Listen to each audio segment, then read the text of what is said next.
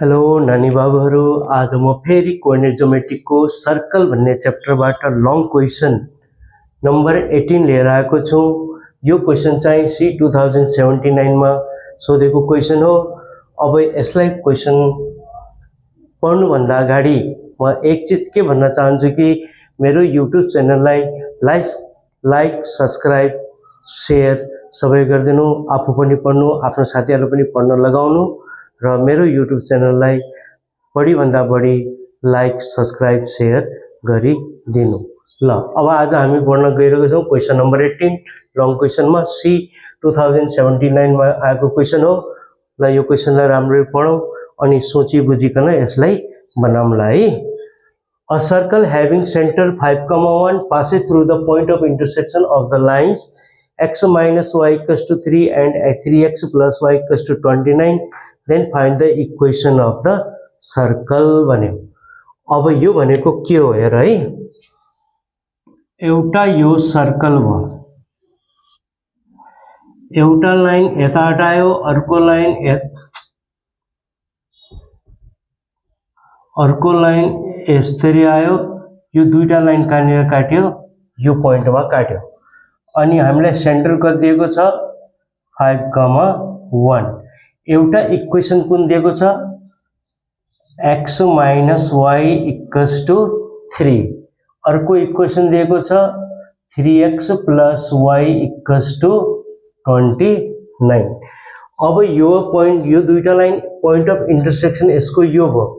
फेरि सेन्टर देखि लिएर यो पोइन्ट अफ इन्टरसेक्सन को डिस्टेन्स भनेको नै हाम्रो के हो, रेडियस।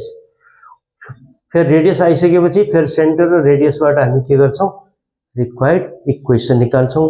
यो question very very very important question हो नानी बाबु, यसलाई अलि विचार पुर्याउनु है त। ल यसलाई कसरी सल्भ गर्ने हेर्दै जाऊ। सोल्युसन हियर the given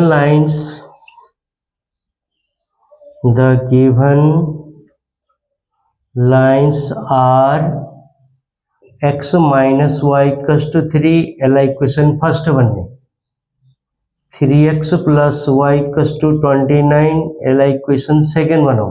अब दुईटा इक्वेसनलाई सल्भ गरौँ। solving equations first and second, we get x minus y equals to 3, 3x plus y equals to 29, plus y minus y cancel, 4x equals to 32, x equals to 32 upon 4, therefore x equals to 8। x को value 8 आयो। अब यो x को value कसमा राखौं, equation फर्स्टमा। Now putting the value of x in equation first, we get x value 8 minus y equals to 3, 8 minus 3 equals to y, y equals to 5। अब हाम्रो x को भ्यालु 8 आयो, y को भ्यालु 5 आयो। यो इन्टरसेक्सन पोइन्ट भन्नाले 8,5। अब यो के भयो हाम्रो point of intersection. Therefore point of intersection equals to 8,5, center of the circle 5,1, therefore radius of the circle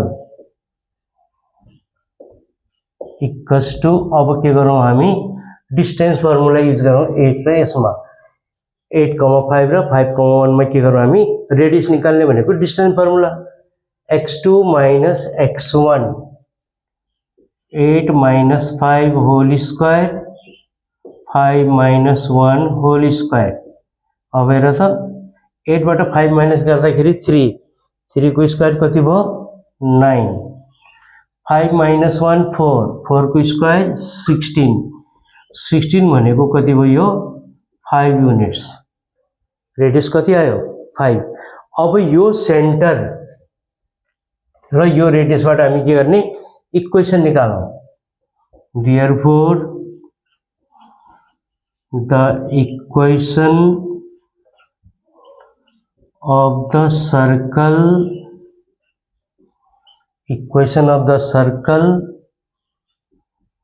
with center 5,1 and radius 5 units x minus h whole square y minus k whole square equals to r square. X minus h is 5, y minus k 1 square, r equals to 5 square.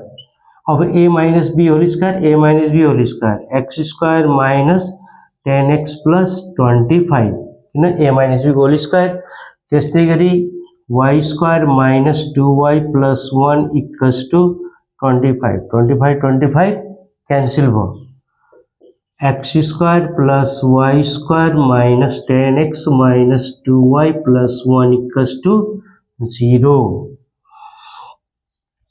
which is required equation यो answer हेर त नानी बाबुहरु यसलाई कसरी बनाउने भन्ने कुरा बुझ्यौ पहिले दुईटा इक्वेसनलाई सल्भ गर्ने हामी के निकाल्ने छौं पोइन्ट अफ इन्टरसेक्सन x र y को भ्यालु सल्भ गर्न त हामीले सानै क्लास देखि पढ्दै आएका छौं यसमा x y को भ्यालु कति आयो 8,5 जसलाई के भन्छ हामी पोइन्ट अफ इन्टरसेक्सन फेरि हामीलाई सेन्टर अफ द सर्कल कति दिएको थियो यसमा 5,1 फेरि सेन्टर अफ द सर्कल र पोइन्ट अफ इन्टरसेक्सन को डिस्टेन्सलाई के भन्छ हामी रेडियस फेरि रेडियस अफ द सर्कल हामीले कति निकाल्यौ 5 फेरि सेन्टर र रेडियस थाहा भएपछि फेरि हामी इक्वेसन निकाल्न सक्छौं हो कि हैन ल यसलाई राम्ररी पढ्नु भयो यो चाहिँ 2079 मा आएको थियो अब अहिले आउने चान्स पनि म्याक्सिमम चाहिँ यो क्वेशनको 2083 मा आउने सम्भावना बढी छ यसलाई राम्ररी पढ्नु है मेरो युट्युब च्यानल बढी भन्दा बढी साथीहरुलाई भनेर सब्स्क्राइब गरिदिनु हैन लाइक पनि गर्नु शेयर पनि गर्नु आफ्ना फेसबुकहरुमा पनि राख्नु टिकटक छ इन्स्टाग्रामहरु छन् सबैमा मेरो युट्युब च्यानल को नाम प्लस भिडियोहरु सबै चाहिँ शेयर गरिदिनु धन्यवाद।